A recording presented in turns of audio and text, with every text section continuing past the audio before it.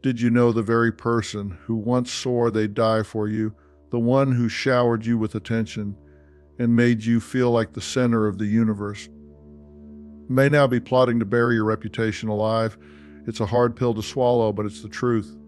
When a narcissist can no longer control you, they will try to control how other people see you. This isn't just a breakup, this is warfare, and their weapon of choice, a vicious, calculated smear campaign. If you haven't subscribed to the show yet, go ahead and hit that button right now. Trust me, you are not going to want to miss the truth bombs I'm about to drop. We're going to unpack this final, desperate, dirty move that narcissists use when they realize the game is up. I remember a woman who sat right where you are, figuratively speaking. Let's call her Jane. She was a successful, vibrant woman who had finally ended a tumultuous 2-year relationship. She came to me utterly bewildered. The man who once wrote her poetry and sent her roses every week was now systematically dismantling her life. He was calling her boss with fabricated stories of her instability, creating fake social media profiles to spread vicious rumors, and telling their mutual friends that she was the one who was abusive and unhinged. He went from roses to rumors overnight, and Jane couldn't understand why. Dagger. Phil, she said, her voice trembling, I don't get it. I thought he loved me. And that's the crux of it, isn't it? We expect a normal human reaction to a breakup, sadness, maybe some anger, but eventually acceptance. But you're not dealing with a normal human reaction here. You're dealing with a narcissistic injury. Now, that's a clinical term, but what it means is you have delivered a catastrophic blow to their fragile, inflated ego. By leaving, you have told them in no uncertain terms, you are not in control. You do not have power over me. To a narcissist, this loss of control feels like a kind of psychological death.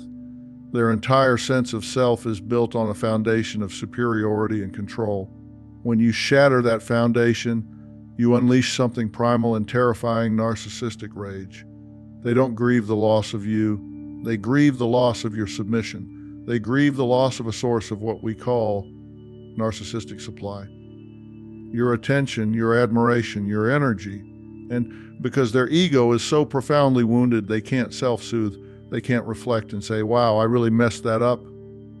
No, their twisted internal logic dictates that someone must pay for this unbearable injury. And that someone is you. They have to devalue you, destroy your credibility, and paint you as the villain. It's a desperate act of self-preservation. In their mind, if they can make everyone else think you're the crazy one, then they can restore their sense of dominance and rightness with the world. They need to rewrite the history of the relationship with you as the antagonist and them as the long-suffering victim who finally escaped your toxicity. It's a complete and utter reversal of reality. Sound familiar? I bet it does for some of you. Drop a comment below. What's the wildest, most unbelievable lie someone ever spread about you after a breakup? I want to hear it, because I want all of you to see you are not alone in this. This is a playbook. Predictable, pathetic playbook. And that's exactly what we're going to do in the next. We're going to dissect this playbook piece by piece. We'll look at the anatomy of the smear campaign, the psychological fuel that drives it, and most importantly, we're going to arm you with concrete, actionable counter moves. We'll talk about how to control the narrative, the legal and digital armor you need to protect yourself, and how to heal from the social and emotional devastation they leave in their wake. You are not defenseless. You just need to understand the enemy and the battle you're in. Now we're going to get into the nitty-gritty. We're going to dissect the anatomy of the smear campaign because it's not random chaos. Oh no, it's a calculated, insidious strategy designed for one thing and one thing only: to destroy your credibility and isolate you completely. So, how do they do it? How do they turn your world upside down and make you the villain in a story you thought was about love? It happens in stages. Think of it as a 3-act play from hell. Act 1, the victim. First, the narcissist casts themselves as the heartbroken victim. They will go to your friends, your family, anyone who will listen, with a long, sorrowful face. The narrative is always the same. I did everything for them. I gave them my whole heart, and they just threw it away. They'll sigh, maybe even squeeze out a tear or two, and talk about how bewildered and crushed they are. They're not angry, you see. They're just hurt. This is a strategic first move. It's designed to garner sympathy and position them as the innocent party before you've even had a chance to tell your side of the story. They are banking on people's natural tendency to comfort the one who appears to be in pain. Act 2, the hero. Once they've established their victimhood, the narrative subtly shifts. They're no longer just a victim, they're a hero, a martyr even. They'll start saying things like, I tried so hard to help them. I saw their struggles, their issues, and I really thought I could save them. See what they did there. They've just reframed the entire relationship. It wasn't a partnership, it was a rescue mission, and you were the charity case. They were the strong, stable one, and you were the broken, troubled soul they selflessly tried to fix. This elevates their status while simultaneously planting the seed that you are and always have been fundamentally flawed. Act 3, the Avenger. This is the final, most vicious stage.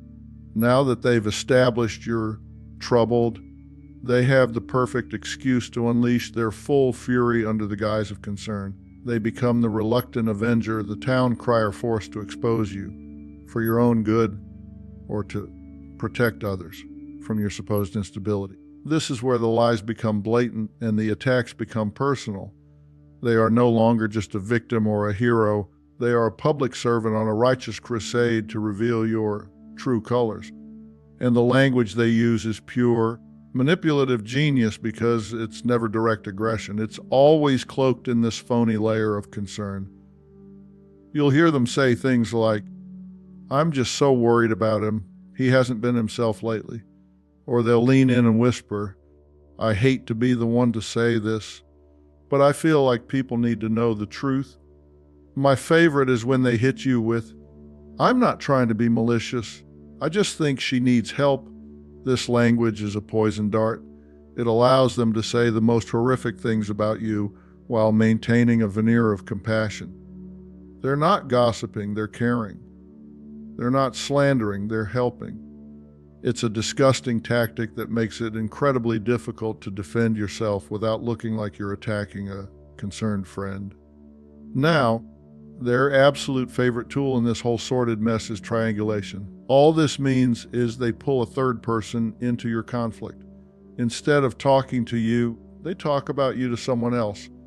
They create a triangle, and the people they pull in, we call them flying monkeys. Yes, just like in The Wizard of Oz.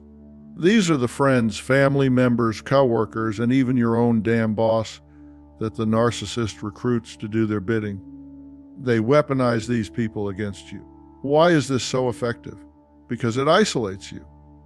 Suddenly, it's not just you and your ex. It's you against your ex and your best friend, who now looks at you with suspicion. It's you against your ex and your mother, who is now concerned about your choices. The narcissist sits back, plays the victim, and watches as their flying monkeys carry out the attacks. We see this play out in the real world every single day.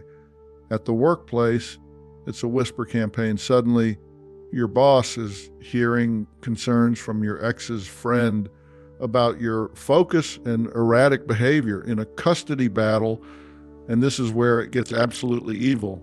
They will use character assassination to paint you as an unstable, unfit parent using your children as pawns in their sick game. On social media, it's a storm of passive-aggressive subtweets and vague posts. They'll share inspirational quotes about letting go of toxic people or surviving a relationship with a crazy person. And all your mutual friends know exactly who they're talking about. So, how do you know you're being set up? What are the red flags you need to be looking for? Well, you have to pay attention because at first, they're subtle. You might notice a mutual friend suddenly asking you these oddly specific questions about the breakup, questions they could have only heard from your ex. That right there is a flying monkey on a reconnaissance mission. Or maybe you start seeing strange activity on social media. You're tagged in weird posts. Or your ex is suddenly digital best friends with people who never gave you the time of day. Then come the backhanded compliments, the kind that feel more like a slap in the face. Somebody comes up to you and says, "You seem to be holding up so well." Considering everything, what they're really doing is expressing surprise on behalf of the narcissist that you haven't completely fallen apart. You start putting these pieces together. People avoiding your calls, that weird feeling you get that you're suddenly on the outside looking in, and you have to face the truth. The smear campaign is likely underway. Recognizing this playbook is the first step to dismantling it. You have to see the smear campaign for what it is, a desperate, pathetic attempt by a wounded ego to reclaim a sense of power. It has nothing to do with who you are and everything to do with who they are. Now, if you think that's bad, wait till you hear what fuels this fire. Next, we're going to talk about the psychology behind it, the narcissistic rage and wounded ego that turns a human being into a reputation-destroying machine. All right, so we've laid out the playbook. You know the three-act play: the victim, the hero, the avenger. You know about the triangulation and the flying monkeys.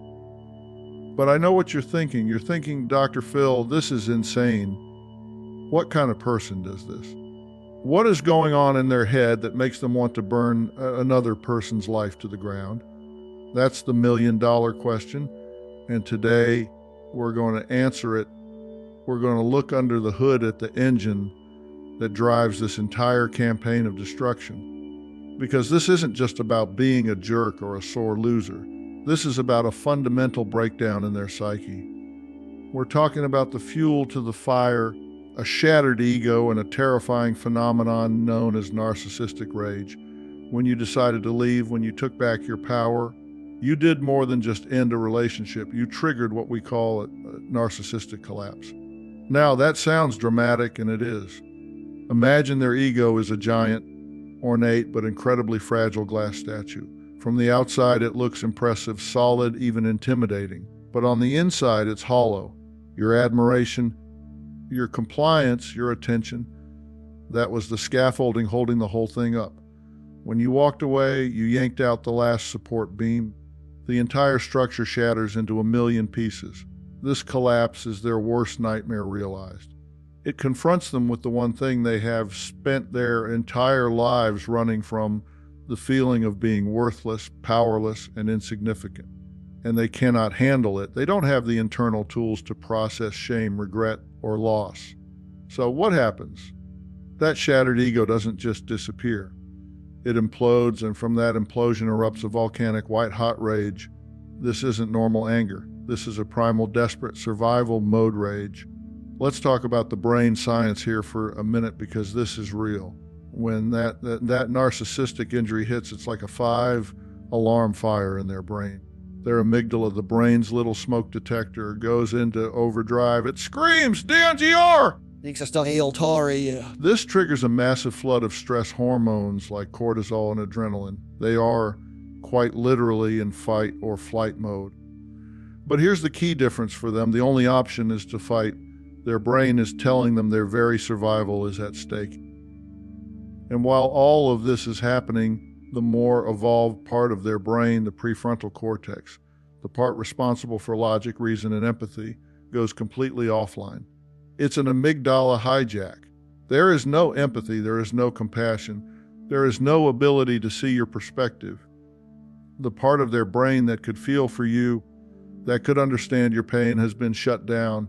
All that's left is a raw, reactive, cornered animal, and it will do anything to eliminate the perceived threat. And that threat is you. You have to understand this core truth. And I want you to burn it into your memory. They would rather torch the entire village than let you walk out of it unscathed. They cannot stand the thought of you moving on, being happy, and building a new life. Your happiness is the ultimate proof of their failure. So, if they can't have you, they must ensure no one else will want you either. If they can't control you, they will try to destroy you. It's that simple and that sick. Now, not all narcissists throw their rage tantrums in the same way. The goal is always the same: to punish and destroy you, but it comes in different wrapping paper. A malignant or overt narcissist is going to come at you like a freight train. Their rage is explosive and obvious. They're the ones screaming, sending 100 threatening text messages, kicking down doors, and making public scenes. Their attacks are direct and designed to intimidate and terrorize you into submission. They want you to be afraid. But a covert narcissist is, in many ways, even more dangerous. Their rage isn't a bonfire, it's a slow toxic gas leak. They won't scream at you. Instead, they'll play the ultimate martyr. They'll escalate the smear campaign we talked about, telling everyone how you've destroyed them. They'll use their flying monkeys to do the dirty work, all while maintaining their mask of the wounded victim.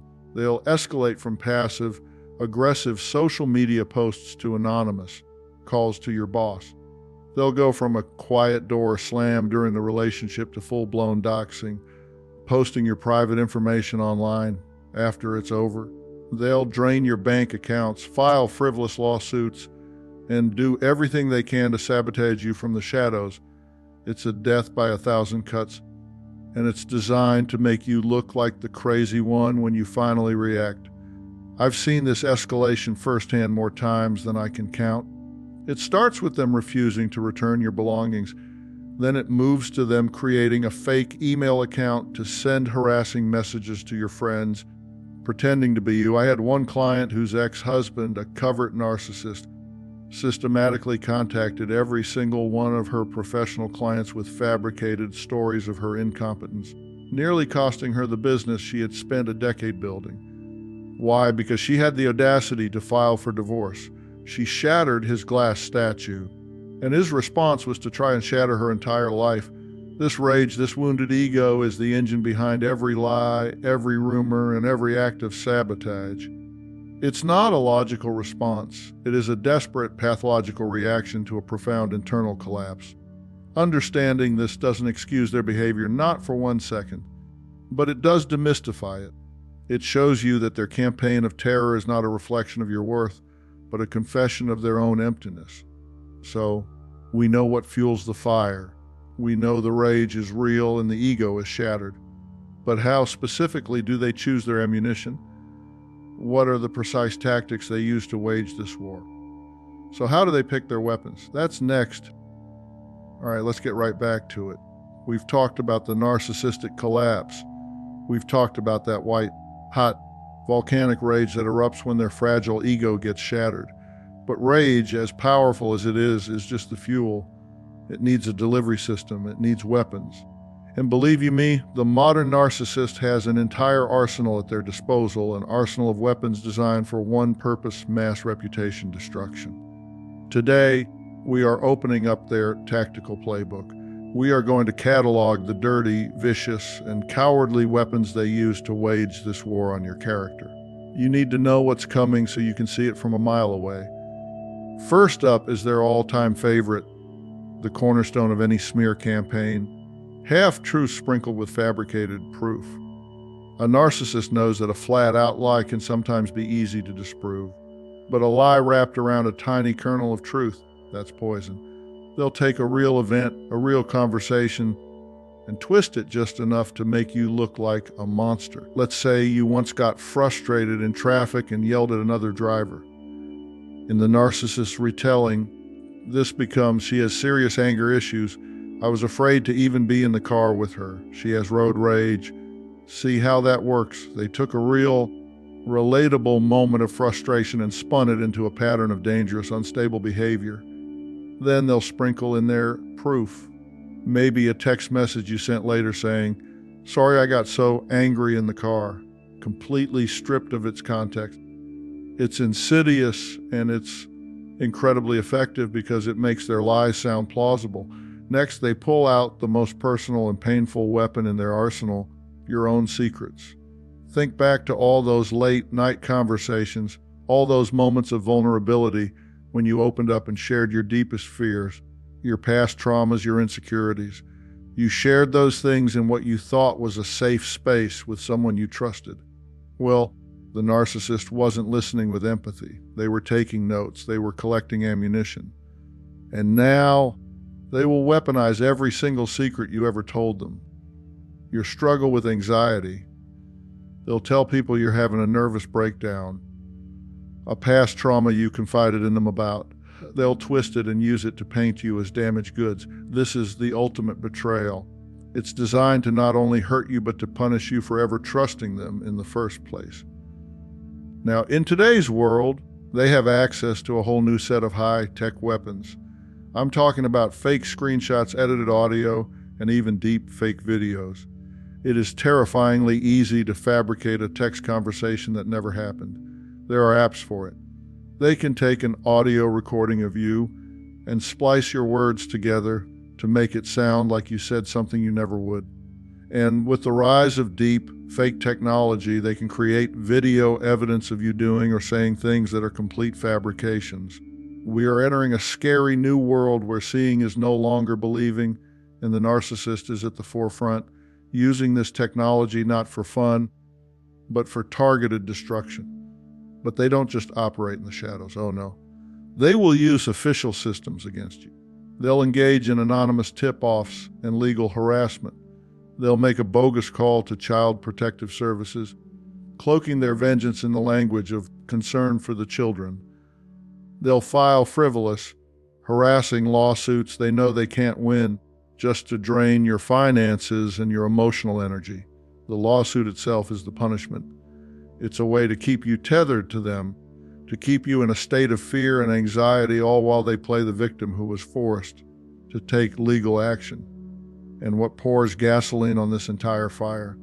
Social media, the algorithms that run these platforms, are a narcissist's best friend. Outrage gets clicks, scandal gets shares. The more shocking and negative the content, the more the algorithm pushes it into people's feeds. The narcissist can post one lie, and the platform's own technology will do the heavy lifting, ensuring it spreads like a virus. They don't just have their flying monkeys anymore. They have a digital army of bots and algorithms amplifying their message 24/7. I want to stop here for a second and talk about why this hurts so damn much. Why does a smear campaign often feel worse than a physical injury? Because it is an attack on your very identity. It's a form of social death. A broken bone will heal. A bruise will fade. But when someone systematically destroys your reputation, they are trying to erase you from your own life. They are isolating you from your friends, jeopardizing your career, and turning your community against you. It's a profound public shaming that can make you feel utterly alone and worthless. This is what I mean when I say they cut your throat and watch you bleed out online. It's a bleak picture, I know. Hearing about this arsenal of weapons can make you feel powerless, like you're standing in front of a tidal wave with no way to escape. It can make you feel like the fight is already lost. You might be thinking, how can I possibly fight back against all of that? Well, I'm here to tell you to stop thinking that way right now. We are done admiring the problem. We are done talking about their playbook. Starting today, we are writing yours. This is where the game changes. This is where you go from being the target to being the strategist. You are not defenseless. You just need a counter strategy, and we're going to build it together, step by step. The very first thing you have to do, and this is the golden rule, so listen up, is you must learn to respond, not react. When you get that gut punch of a text, when you see that slanderous post, when a flying monkey comes at you with a ridiculous accusation, your body goes into fight or flight. Your heart pounds, your face gets hot, and that amygdala we talked about starts screaming. Your first instinct is to react, to fire back, to defend yourself, to scream the truth from the rooftops. You cannot do that. Reacting is what they want. Your emotional reaction is their narcissistic supply. It proves to them that they still have control over you. So you are going to implement what I call the 90-second rule. That's it, 90 seconds. That's roughly how long it takes for the biochemicals of that emotional hijack to run their course through your system. So when that attack comes, you are going to stop, you are going to breathe. You will not type a single word. You will not make a single phone call. You will give yourself 90 seconds to let the initial wave of rage and panic subside. You have to get your logical brain back online before you do a single thing. Responding is strategic. Reacting is self-sabotage. Okay, so you've taken your 90 seconds. You're calmer. What's next? You need to have your truth statement ready to go. This is a clear, concise, and emotionally neutral statement that you can use whenever you're confronted with their lies. This is not a rant. This is not a long, detailed defense where you try to debunk every single lie. That just makes you look defensive and crazy. Your truth statement should be simple and repeatable. Something like, "This is a difficult and private time for me. The story that's being told about me is not true, and it's painful to see. I'm focusing on moving forward in a positive and healthy way." That's it. It's calm, it's classy, and it doesn't engage with the drama. It communicates three things. One, you are the victim of a false narrative. Two, you are taking the high road. Three, you are not going to get down in the mud with them. Memorize it, practice it, make it your mantra. Next, you cannot fight this war alone. You need to build your truth team. I'm not talking about recruiting your own army of flying monkeys to launch a counterattack. I'm talking about identifying 2 or 3 credible, level-headed, and loyal allies in your life. This could be a sibling, a lifelong friend, a trusted colleague. You sit them down, you tell them the whole truth, and you ask for their support. Their job is not to fight your battles. Their job is to be a stable anchor of truth. When confused people come to them asking about the drama, your truth team can calmly say, "There's a lot of misinformation out there. The person I know is kind and honest, and they're going through a terrible ordeal. I support them completely." They are your character witnesses. They hold the line of truth so you don't have to. Now for the most critical piece of your practical defense: documentation. Documentation. Documentation. From this moment forward, you become a meticulous record keeper. You are building a case file to protect yourself, and every single interaction becomes a piece of evidence. I'm talking about getting a notebook or starting a file on your computer, whatever it takes. You save every single text and email. Don't you dare delete anything, no matter how nasty it gets. You take screenshots of the text messages so you have them even if they try to get clever and delete them. You do the same for social media. Every slanderous post, every nasty comment, every fake profile gets a screenshot. And don't just get the post, get the comments under it and make sure the date is visible. You save every single voicemail, especially if they're threatening, because that is a record of their behavior. And on top of all that, you're going to keep a journal. This becomes your running log of interactions. You note the date, the time, who was involved, and exactly what happened. If one of their flying monkeys confronts you at work, you walk straight back to your desk and you write down precisely what was said. Timestamp everything. Be organized. This isn't about obsession, it's about protection. This file may be what you need to give to a lawyer, to the police, or to human resources. It is your power. Finally, you have to make a strategic decision. When do you engage and when do you practice strategic silence? If the narcissist is just ranting on their own social media page to their small group of followers, sometimes the best strategy is to say nothing. Don't engage. Don't defend. Often their rage-filled, chaotic posts make them look unhinged all on their own. By staying silent, you look poised and sane by comparison. However, if their lies are directly threatening your livelihood, like contacting your boss or threatening your relationship with your children, you have to make a public rebuttal. This is where you use your calm, concise truth statement. You may need to speak to HR, providing your documentation. You may need to send a carefully worded email to key family members. The rebuttal should be targeted, factual, and unemotional. You're not starting a fight, you're putting out a fire. So let's review your counter strategy. 1, respond, don't react. 2, have your truth statement ready. 3, build your truth team. 4, document everything. 5, know when to be silent and when to speak up. I want you to take this checklist seriously. Screenshot it, write it down, tape it to your fridge. This is your new playbook. This is how you start to take your power back. Now that you have your personal strategy, it's time to bring in the heavy artillery. In the next, we're going to talk about legal and digital armor, the tools you need to build a fortress around your life that they can't penetrate. Some of you might be thinking, Dr. Phil, isn't this an overreaction? Lawyers cease and desist letters. It all sounds so aggressive. Well, I'm here to tell you to get that thought out of your head. They declared war on your reputation. It is not an overreaction to defend yourself with every tool available. The first and most important principle here is the consult a lawyer early principle. Do not wait until your life is in absolute shambles. The moment you realize this isn't just a bad breakup, but a targeted campaign of harassment, you need to find a lawyer who has experience with defamation and restraining orders. Just having a consultation can arm you with the knowledge of what your rights are. A good lawyer can send a cease and desist letter on their official letterhead.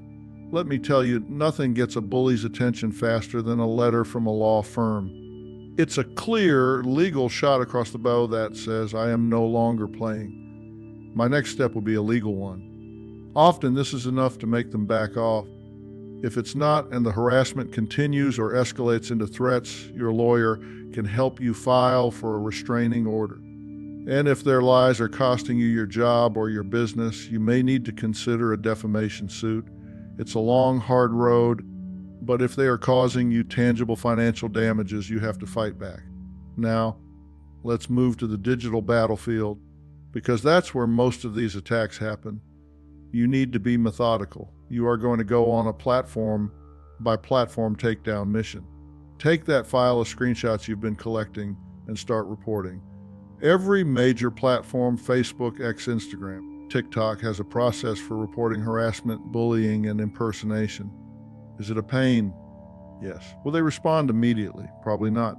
But you have to do it. You report every fake profile, every slanderous post, every doctored photo. You keep a record of your reports. You are creating a paper trail that shows you have been actively trying to stop this harassment. In extreme cases, you might consider reputation management services.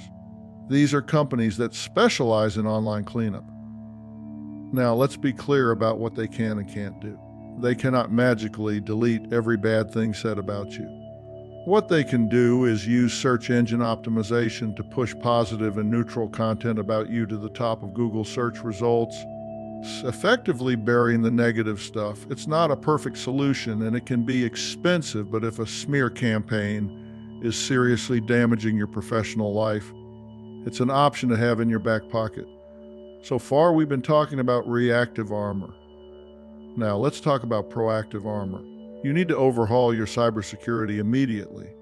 Think of it as changing all the locks on your house, and there are a few things that are absolutely non-negotiable. First, you're going to turn on what's called two-factor authentication, or 2FA for everything. I mean, your email, your social media, your bank accounts, everything. What this does is, even if they manage to steal your password, they can't get in without a code that gets sent directly to your phone. It's a simple step that puts a major roadblock in their way. Next, you're going to do a complete password overhaul. I know it's a pain, but no more using the same password for everything. Every single account needs a new, unique, and complex password. Go get a password manager to keep track of them all. And you're going to start with your primary email account because, let me tell you, that's the key to the whole kingdom. And finally, and this one is crucial, you are going to freeze your credit. A vindictive narcissist will try to ruin you financially by opening credit cards or taking out loans in your name. You need to contact the 3 major credit bureaus. That's Equifax, Experian, and TransUnion, and tell them to put a freeze on your credit. It's free to do, and it means nobody, and I mean nobody, can open a new line of credit in your name without your express permission. I know this all sounds like a lot of work, but let me tell you a quick story about a client of mine, a woman we'll call Maria. Her ex was a covert narcissist who was trying to get full custody of their children by painting her as an unstable alcoholic. He was creating fake text messages and manipulating emails to prove his case. But Maria had followed the playbook. She had documented everything. She had a logbook with dates, times, and context for every interaction. She had saved every voicemail where he was verbally abusive. When they got to court, he presented his file of twisted proof. Then Maria's lawyer presented her meticulous, time-stamped digital logs. The judge saw the pattern of harassment and manipulation immediately.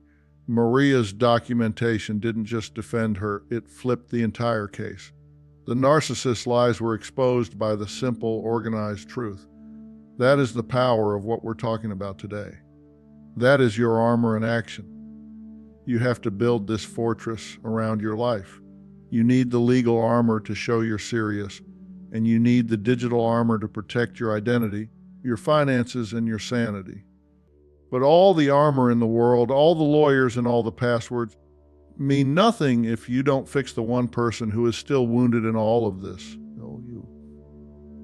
And that's what we're going to talk about next. We're going to talk about healing. All right, we have spent the last few sessions building your fortress. We've put up the walls with your personal counter strategy, and we've reinforced them with legal and digital armor. You have a plan. You have tools. You are ready for the battle. But I've got to be straight with you. All the armor in the world, all the lawyers, and all the passwords mean nothing if the person inside that fortress is still bleeding out. The smear campaign isn't just an external attack, it's an internal one. It's designed to get inside your head, to poison your self-worth, and to shatter your trust in yourself and in others. So today, we're going to turn inward. We're going to talk about the most important part of this entire process, healing. This is where you reclaim your identity and rebuild your trust piece by piece. The first step is what I call emotional triage. You have to acknowledge the reality of your injuries. And one of the deepest wounds left by a smear campaign is the loss of your social circle. These are friends you've had for years, family members you thought would always have your back, communities you felt you belonged to. And now they're gone. They either sided with the narcissist or they just backed away from the drama. And that hurts. Let me be clear, you have to give yourself permission to grieve this. This is a real loss. It is a social death, and it is profoundly painful. Don't let anyone tell you, oh, just get over it.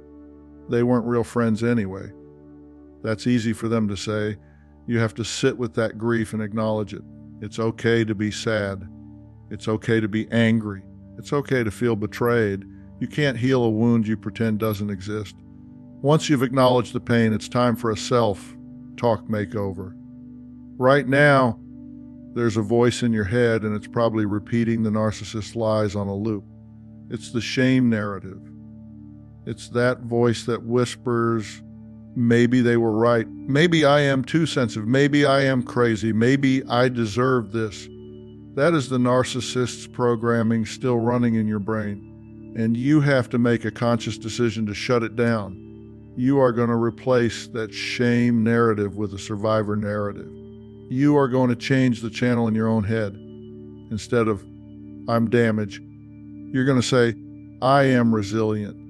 Instead of, I'm a victim, you're going to say, I am a survivor.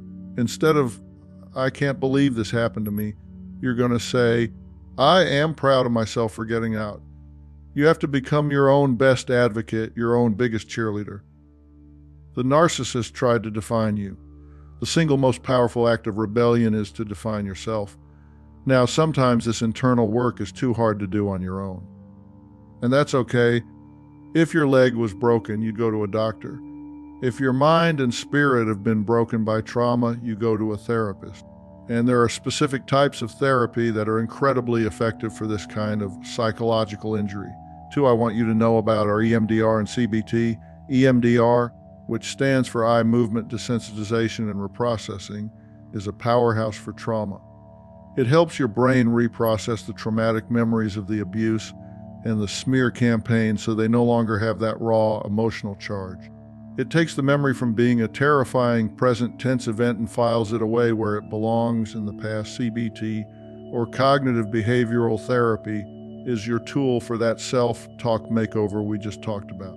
A good CBT therapist will help you identify the distorted thoughts and lies the narcissist planted in your head and give you the tools to challenge and replace them with the truth. It helps you rewire your brain for health. Getting professional help isn't a sign of weakness, it's a sign of profound strength. As you start to heal internally, you need to begin re-establishing safe connections externally. Your old social life may have been a casualty of this war, but you can build a new one that's stronger and healthier. This starts with a digital detox. Get off social media for a while. Stop doom scrolling. Stop looking at their page. Stop checking to see what the flying monkeys are saying. You need to create a peaceful, drama-free space for you to heal. Then you slowly start to find your people. This could be a support group for survivors of narcissistic abuse, either online or in person. Let me tell you, there is nothing more powerful than sitting in a room with people who look at you and say, "Me too." It instantly dissolves the shame and isolation. You might find new communities based on your hobbies, a book club, a hiking group, a volunteer organization. The key is to connect with people based on shared interests, not a shared past with the narcissist. You are rebuilding your life on a new foundation. Look, I'm not going to lie to you. This is hard work. Healing isn't a straight line. There will be good days and there will be bad days. But every step you take is a victory. Every time you choose the survivor narrative, every time you reach out to a safe friend, every time you protect your peace, you are winning. So let me leave you with this. Your reputation may have taken a hit, but your character is untouchable. Your reputation is what other people think you are. Your character is who you know you are. They can try to tarnish your reputation with their lies, but they can never, ever touch your character unless you let them. Your integrity, your resilience, your compassion, your strength, that is all yours. Own that. I want to thank you for going on this journey with me. If this series has helped you, please consider leaving a review or sharing it with someone you know who might be living through their own rumor hurricane. You could be throwing them a lifeline they desperately need. And stick around, because next week we're tackling a big one. How do you ever trust again? We're going to talk about the red flags to look for when you decide you're ready to start dating after surviving a narcissist. You won't want to miss it.